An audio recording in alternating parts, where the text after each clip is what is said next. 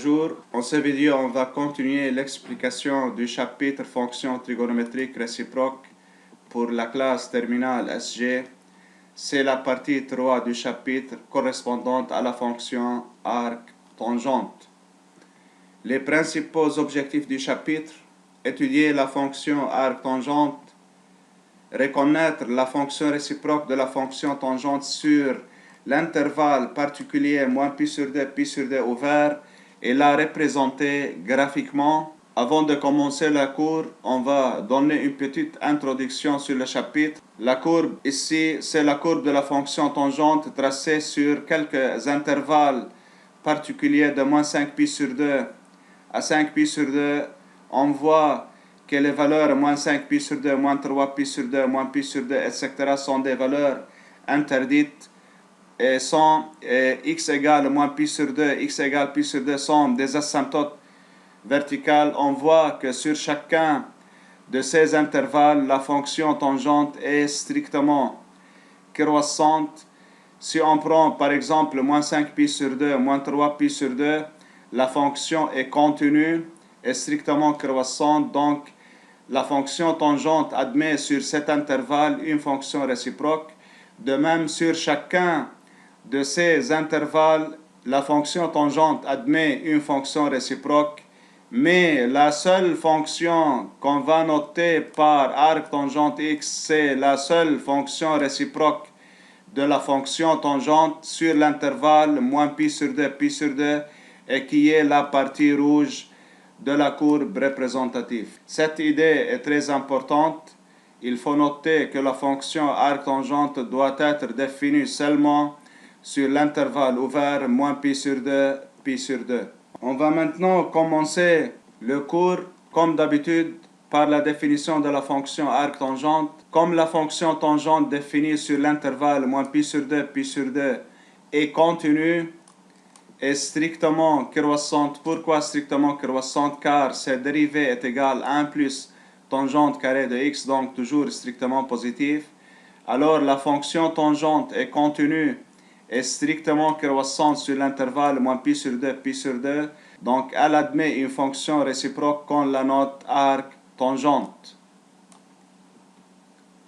Conséquence de cette définition, bien sûr, on va commencer par le domaine de définition de la fonction arc-tangente.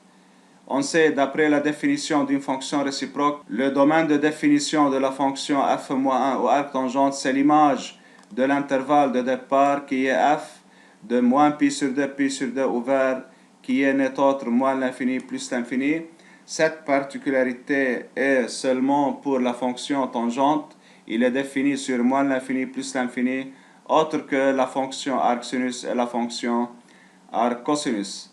En notation symbolique, on écrit directement que sur l'intervalle particulier moins pi sur 2, l'image par la tangente c'est moins l'infini plus l'infini, tandis que l'arc tangente a un domaine de définition moins l'infini plus l'infini et un ensemble image moins pi sur 2, pi sur 2. On continue les conséquences de la définition.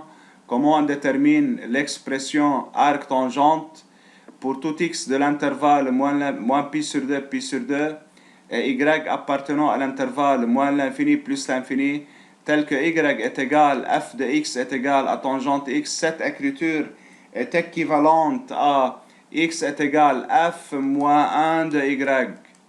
C'est la définition de l'expression de f moins 1.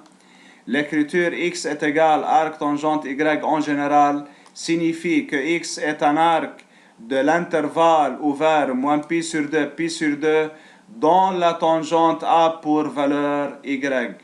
Pour bien comprendre cette idée, on va donner des exemples. Arc tangente 0, c'est 0. Pourquoi? Car 0, bien sûr, appartient à l'intervalle moins pi sur 2, et tangente de l'angle particulier 0, c'est 0. Chaque fois, on va écrire ces deux conditions. Arc tangente de 1 est égal à l'arc particulier pi sur 4, car pi sur 4 appartient à l'intervalle moins pi sur 2, et sa tangente est égale à 1. L'arc tangente moins radical de 3 sur 3 est égal à moins pi sur 6. car bien sûr, moins pi sur 6 est un arc particulier de moins pi sur 2, et sa tangente est égale moins radical de 3 sur 3.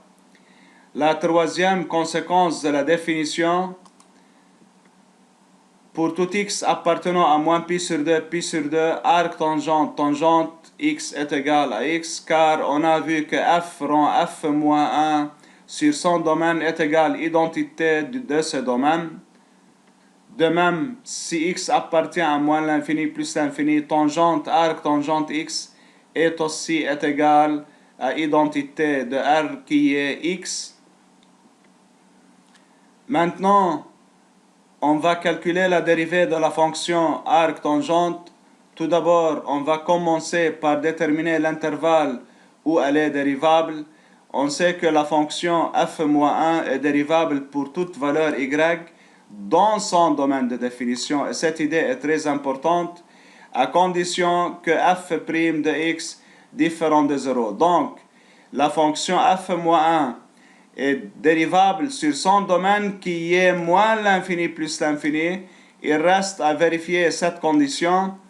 Comme f' où la dérivée de tangente x est égale à 1 plus tangente x est toujours strictement positif et différent de 0. Donc cette condition est vérifiée toujours. Donc la fonction arc-tangente est dérivable sur tout son domaine de définition et il n'y a pas de points interdits.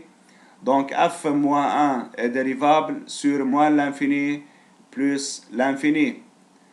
Maintenant, on va chercher l'expression de la fonction réciproque de f-1 qui est l'arc tangente. À chaque y appartient à moins l'infini plus l'infini, la formule dit, comme y est la variable de f-1, la dérivée de f-1 de y est égale à 1 sur f' de x. Il y a une relation entre y et x de la forme y égale f de x égale tangente x. Pour chercher l'expression explicite de f-1' de y, on va déterminer la valeur de 1 sur f' de x en fonction de y, et ceci est évidente. On remplace f' de x par la tangente, la dérivée de la tangente qui est 1 plus tangente carré de x. Et comme tangente x est égale y, on obtient maintenant une expression de la dérivée de arc tangente y en fonction de la variable y. Y est dite une variable muette, c'est-à-dire on peut remplacer y par n'importe quelle variable. L'expression de la dérivée ne change jamais. On est habitué à remplacer y par la variable x. Donc la conclusion que la fonction arc tangente x est dérivable sur l'intervalle moins l'infini plus l'infini et sa dérivée est égale à 1 sur 1 plus x2. Maintenant, la dérivée de la fonction arc tangente rond u de x, qui est la fonction composée de arc tangente et de u, est dérivable lorsque u est dérivable, et sa dérivée est u' sur 1 plus u au carré. Essayez de faire la démonstration de cette formule comme un exercice. Maintenant, on va terminer les variations de la fonction arc tangente et dresser son tableau de variation. Bien sûr, le domaine de l'arc tangente, c'est moins l'infini plus l'infini. Il est toujours strictement croissant de moins pi sur 2 vers pi sur 2. On voit bien que lorsque la limite de la fonction arc tangente x au moins l'infini est égale moins pi sur 2, donc y est égal moins pi sur 2 est une asymptote horizontale, et aussi la y est égal pi sur 2 est une asymptote horizontale en plus l'infini. Donc la courbe de la fonction arc tangente x admet deux asymptotes horizontales, l'une au voisinage de moins l'infini et l'autre au voisinage de plus l'infini. La fonction arc tangente passe par le point particulier 0, 0 et admet en ce point une pente de la tangente qui est égale à 1. Donc la tangente est y égale à x au point d'abscisse 0, 0. Enfin, la courbe représentative de la fonction arc tangente s'est déduite de celle de la fonction tangente par symétrie par rapport à la première bissectrice d'axe qui est y égale x, on voit que la fonction en rouge entre la droite verticale qui est une asymptote verticale x égale moins pi sur 2 et x est égal pi sur 2, c'est la courbe de la fonction tangente. Voici la droite y égale x, la courbe en bleu est la courbe représentative de la fonction arc tangente qui varie de moins l'infini, moins pi sur 2, vers pi sur 2 plus l'infini. Au revoir à la dernière partie du chapitre, la résolution des exercices et des problèmes.